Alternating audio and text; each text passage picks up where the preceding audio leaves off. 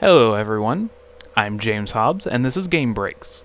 This week, I will be discussing the topic of movie-based games. Now, I'm just gonna get this right out of the way at the beginning. Movie-based games pretty much suck. It's a pretty well-known fact, we're all very used to it in the gaming community. But why do they suck? Well, I'm gonna give you 3 simple reasons why. Reason number 1, and of course this is the main reason, is the fact that they have an extreme lack of development time. Developers are rushed the whole time to get this game out either on or close to the movie release date.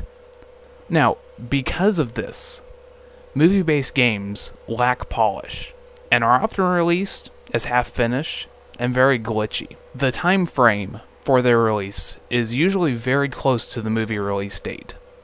And this simply leads to the fact that the developers have less time to make the games. Reason number 2. Another major problem with the game tie-ins is that sometimes there's just not simply a game within the movie that they're being tied to. A great example of this was the Home Alone game for the NES. I remember playing that game, and even whenever I was younger, remembering this had nothing to do with the movie. And that was because the movie really didn't lend itself to being a sideways scrolling platformer. But the developers tried to cash in on the quick movie grab, and thus we were left with the horrible Home Alone movie game.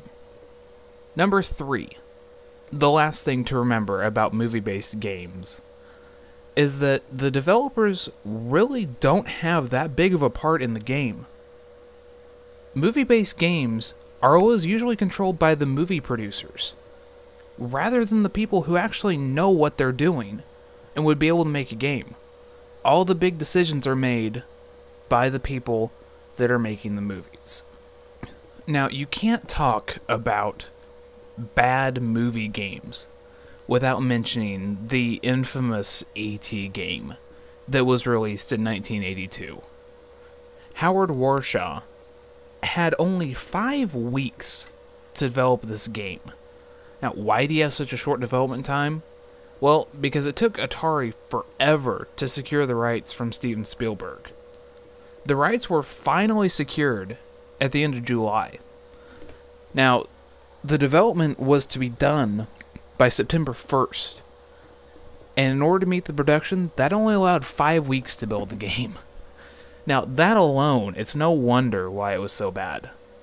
When Steven Spielberg was presented with the concept of the original game, he hated it. In fact, he wanted a Pac-Man clone instead. So, whenever the producer of the movie says that he doesn't even like the version of the game, you know that it's going to be terrible. They were so crunched for time that Atari even completely skipped out on product testing for any audiences. Yeah, it was that short of development time. Now, this game actually got a lot of hype, surprisingly, from Newsweek, and even Newsweek predicted that there would be booming sales for this game. So, in order to meet the high demand, a lot of retailers really stocked up during the Christmas season for the sale of the E.T. game. Atari took this as a sign that they need to make a lot more cartridges. Now, the total development cost for this was $125 million. That is a lot of money, especially for 1983 dollars. So how did everything turn up? Well, overall the game didn't sell that bad. It actually sold 1.5 million copies, which is significant still within today's numbers. The only problem is, Atari made almost 5 million copies of this game. So, because of this, retailers had a lot left over after the initial hype was over. Bargain bins were flooded with copies of the E.T. game. And so a lot of retailers sent back their copies to Atari. They were hoping to get manufacturer credit. In total, Atari had a net loss of $100 million. Yeah. Ouch. So, what did Atari do with all those extra copies of the E.T. game? They put them in a landfill out in Arizona. I guess that's just the logical conclusion. Your game didn't sell, just toss it in a landfill in Arizona. That's just a little history lesson for you. I like that story, and I always like to tell it.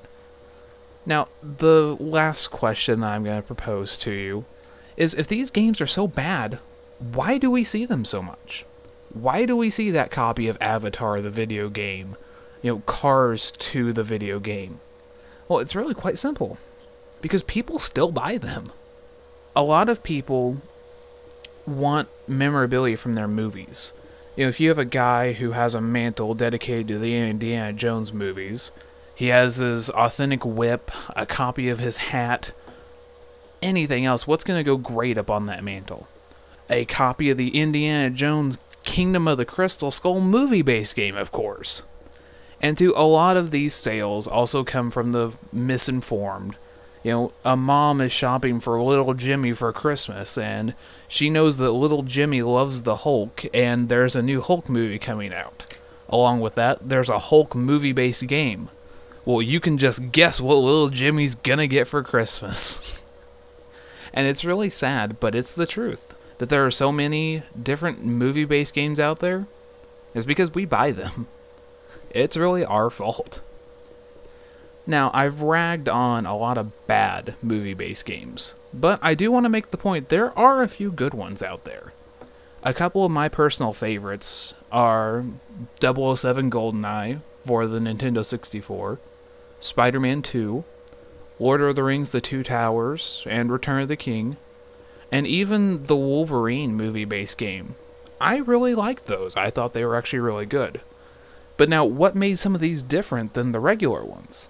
Well, I'll just use the example of the Wolverine game. The lead, Dan Vodak, in his This Game Doesn't Suck campaign, said, well, one of the reasons that this game isn't going to suck is because we had a whole extra year to prepare for it. They were allowed more time to polish the game, and therefore made a better game. Imagine that. Alright guys, well that is all that I've got this week for movie-based games. If you think of any bad games or any good movie-based games, throw them down in the comments below. If you have an idea for future videos that you want to see me do, toss them down in the comments below. Hit us up on our Twitter. Alright guys, have a good one.